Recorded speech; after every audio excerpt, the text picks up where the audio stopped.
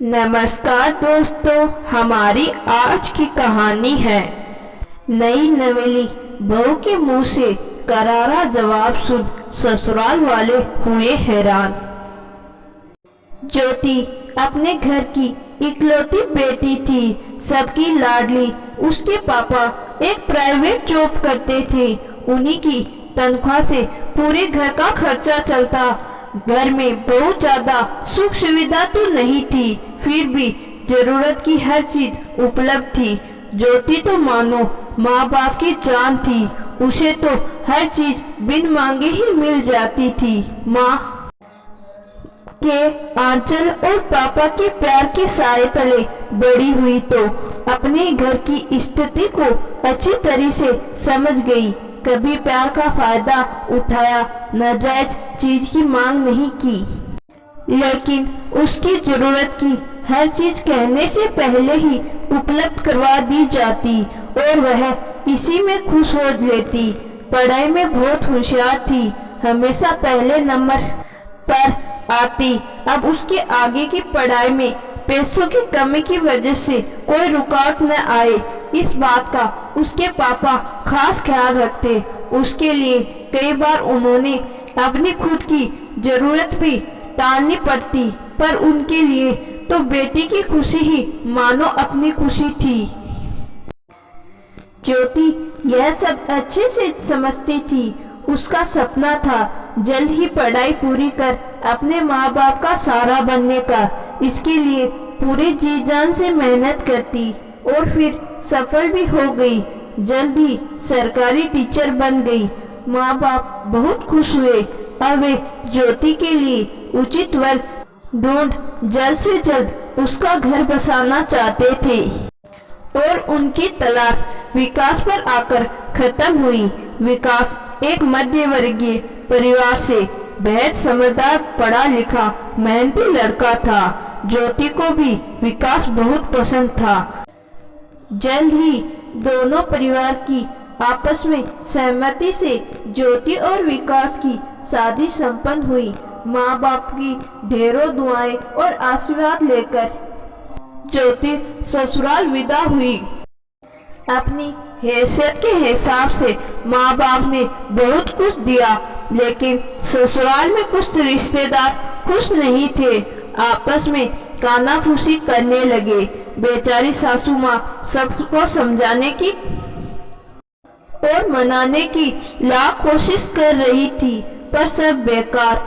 कुछ शब्द ज्योति के कानों में पड़े, वह अपनी मर्यादा को ध्यान में रखते हुए चुप रही। हद तो तब हो गई जब उसकी बुआ सास पास आकर बोली, बहू बुरा मत मानना, पर रीति रिवाज के हिसाब से तुम्हारे मायके वालों को जितने उपहार देने चाहिए थे उतने नहीं दिए। हमें तो बिल्कुल भी ऐसी उम्मीद नहीं थी। यूँ लगा था अपनी बराबरी वालों से रिश्ता तय किया है, लेकिन तुम्हारे मायके से आए इन उपहारों को देखकर बिल्कुल भी ऐसा नहीं लगता। आखिर तुम इकलौती बेटी थी उनकी। एक बात तो बताओ, तुम्हारे पिताजी की तनख्वाह कितनी है? और बहू तुम्हारे पापा को शर्म नहीं आई इतना कम उपहार देते हुए? अचानक पूछे ऐसे सवाल से ज्योति अवाक रह गई। इतने सालों में उसकी कभी हिम्मत ही नहीं हुई अपने पापा से ऐसे पूछने की। बस जरूरत ही हर चीज पापा कैसे भी उपलब्ध कराकर दे देते थे। इसीलिए आज जब बुआ सास के ऐसे प्रश्न पूछा तो वह इतना जरूर समझ गई कि अगर समय रहते उचित जवाब न दिया तो भविष्य में ऐसे न जाने कितने सवाल उसके सामने खड़े होंगे।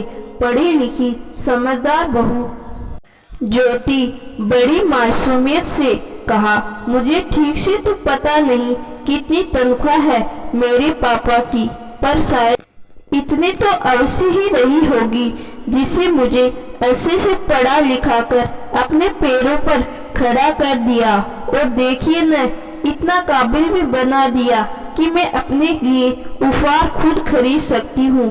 किसी दूसरे से मिलने की उम्मीद ही न करूँ जो शायद आपके माँ बाप न कर पाए। नई नवेली बहू के मुंह से ऐसे जवाब की बुआ सास को सपने में भी उम्मीद नहीं थी। ज्योति की बात सुनकर वो चुपचाप वहां से खिसकने के अलावा शायद और कोई चारा नहीं था उनके पास। धीरे धीरे बाकी मेहमान भी खिसकने लगे।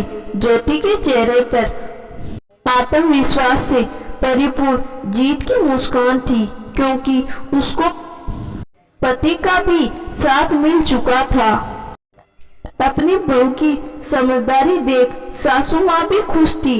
ज्योति सासू माँ से बोली, माँ मुझे माफ करना, पर आज बात मेरे पापा की स्वाभिमान की थी।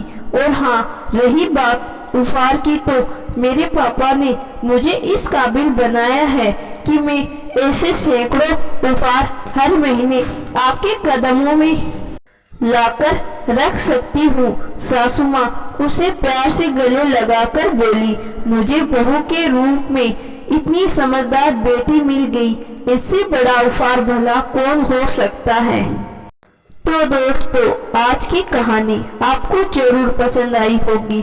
कहानी पसंद आई है तो कहानी को लाइक और चैनल को सब्सक्राइब जरूर करिएगा। धन्यवाद।